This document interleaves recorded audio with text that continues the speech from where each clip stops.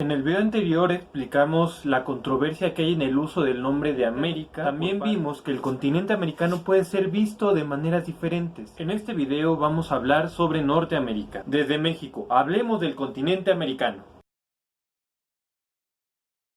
Para entender algo, una máquina, una idea, un ser vivo, una teoría, un grupo humano o cualquier cosa que se te ocurra, un procedimiento útil es separar o dividir el grupo en sus diversas partes. A esto se le llama analizar. Analicemos Norteamérica. Norteamérica se puede entender como un continente o subcontinente partiendo de la geografía, de la economía y de la política. La visión norteamericana de Norteamérica se basa en la geografía, porque parte de dividir al continente americano en dos partes, en Norteamérica y Sudamérica. ¿Y dónde entra la geografía? En el punto de división, en Panamá. Panamá es el punto más delgado de toda la masa continental americana. Es una franja de tierra muy estrecha, parecida al estrecho de Suez que divide a África de Asia, en Egipto. Panamá ha sido vista desde hace siglos como un punto medio. Divide al Océano Pacífico del Océano Atlántico. Al ser un istmo tan estrecho, hacía viable la posibilidad de unir los océanos Atlántico y Pacífico a través de un canal que fue terminado en el año de 1914 bajo el liderazgo de Estados Unidos. Gracias al canal se pudo agilizar el comercio mundial, ya que en lugar de tardar 12 días bordeando todo Sudamérica, se tardaban solamente horas en cruzar del Océano Atlántico al Océano Pacífico. De hecho, hasta la fecha los panameños siguen diciendo con orgullo que en su país se dividió la tierra para unir al mundo. Sin embargo, antes y después del canal en Panamá ha habido otro obstáculo que hace que Panamá sirva como un parteaguas o un partetierras, pues la selva del Darién, que está al este de Panamá, es tan espesa y tan difícil de atravesar que no es raro que quien intente atravesarla termine muerto.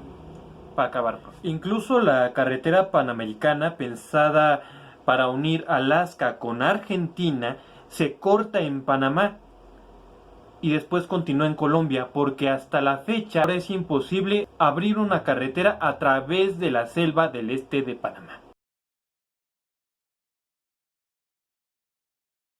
El concepto de Norteamérica parte de una base geográfica, porque toma a Panamá como el punto medio del continente americano, divide al norte con el sur. Entonces, Norteamérica por el sur empieza en Panamá y por el norte llega hasta Groenlandia. De este a oeste, el continente americano está delimitado por los océanos Atlántico y Pacífico, aunque ojo, los norteamericanos incluyen dentro de Norteamérica aparte del Caribe, cosa en la que yo no estoy de acuerdo, pero tocaré en otro momento. Incluso en el video pasado te comenté que en tiempos de Morelos el Congreso de Anáhuac buscaba la independencia de la América septentrional, es decir, había una noción de lo que es el norte del continente americano.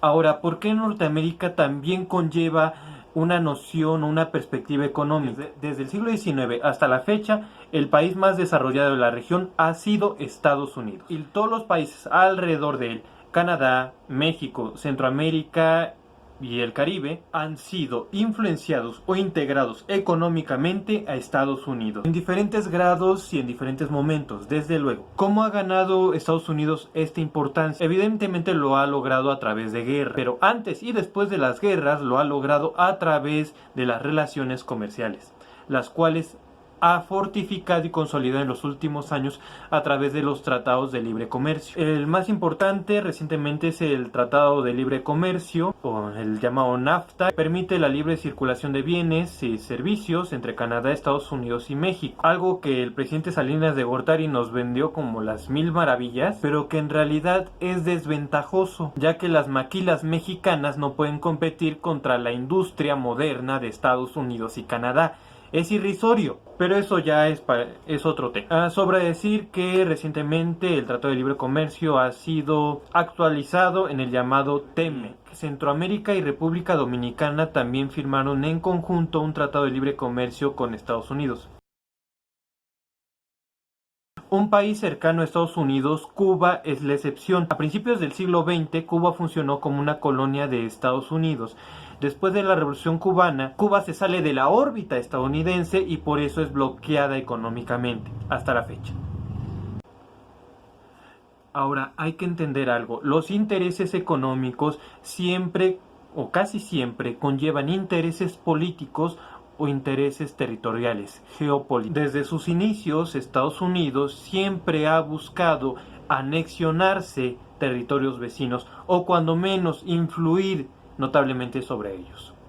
A principios del siglo XX, importantes políticos norteamericanos pensaban en anexionarse Canadá y recientemente el presidente Donald Trump manifestó el deseo de adquirir el territorio de Groenlandia. En medio de estos dos hechos hay otros más. Caso, por ejemplo, de la guerra de 1846, en el que culpando falsamente a México de una agresión, Estados Unidos atacó nuestro país, reduciéndolo a menos de la mitad de su extensión geográfica original en el Tratado de Guadalupe Hidalgo. Otra intervención de Estados Unidos fue la llamada Guerra de Independencia de Cuba, la cual sí comienza como un levantamiento de los cubanos contra el poder español, pero después se convierte en una intervención extranjera. Estados Unidos, con el pretexto del hundimiento del barco Maine, le declara la guerra a España y logra que la dependencia de Cuba pase de España a los propios Estados Unidos, que oficialmente era un territorio libre, pero realmente estaba controlado por los estadounidenses a través de la Enmienda Platt. Cuando la Revolución Cubana triunfó en enero de 1959, los intereses económicos y políticos de los estadounidenses en la isla quedaron comprometidos. Y para verano de ese mismo año, tan solo 6 meses después del triunfo de la Revolución, la aviación norteamericana bombardeaba Cuba sin plena declaración de guerra. Antes incluso de que la Revolución Cubana fuera declarada socialista, y mucho antes de la crisis de los misiles y el intento de intervención militar en la isla en Bahía de Cochinos. En comparación, Estados Unidos tardó 3 años en intervenir en Chile, cuyo presidente Salvador Allende tenía una clara orientación socialista desde el inicio de su mandato en 1970. La urgencia de Washington en terminar lo antes posible con la Revolución Cubana tiene varias explicaciones complementarias. La primera explicación tiene que ver en que los gringos entienden Norteamérica como un continente. En ese continente ellos están al centro y llevan la batuta desde la segunda mitad del siglo XIX. Por lo tanto, resultaba inadmisible que una mísera islita como Cuba, además tan cerca de Estados Unidos, se saliera del control político y económico del país de las barras y las estrellas. Podía generar varios efectos.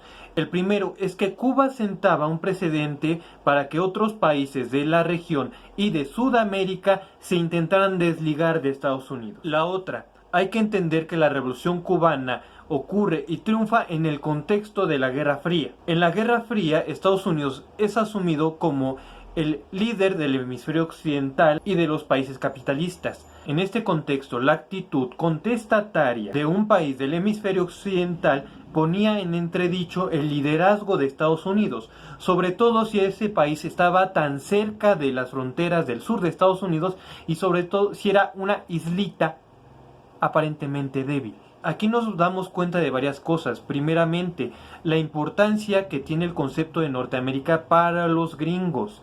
No como un subcontinente, sino como un continente en el que ellos mandan. Y esto nos ayuda a entender fenómenos como el de la Revolución Cubana y la severidad de Washington en responder, pero también nos ayuda a entender las posiciones de Washington ante otros países de Norteamérica y de Sudamérica.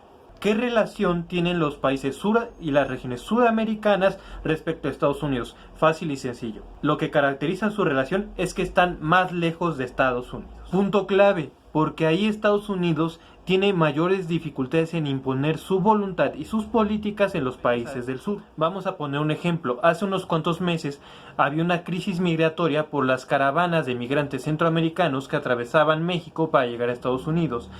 Mediante presiones diplomáticas, Estados Unidos obligó a México a ser más restrictivo con la movilidad de estos migrantes. Y en el pasado incluso Estados Unidos ha empleado amenazas de intervención militar en México. En comparación, los países suramericanos, al estar más lejos de Estados Unidos y menos integrados económicamente a Estados Unidos, tienen mayor margen de maniobra diplomática y una mayor posibilidad de resistir las agresivas políticas exteriores del tío Sam. Venezuela. Venezuela puede sonar como un mal ejemplo, pero no hay que olvidar que Venezuela intentó una alternativa socialista lejos de Estados Unidos por más de una década, antes de empezar a ser afectada por sanciones económicas. E incluso ahora que Venezuela está en una franca crisis humanitaria, el régimen de Nicolás Maduro no termina de caer. El régimen venezolano no se ha doblegado ante Estados Unidos, y Estados Unidos, por su parte,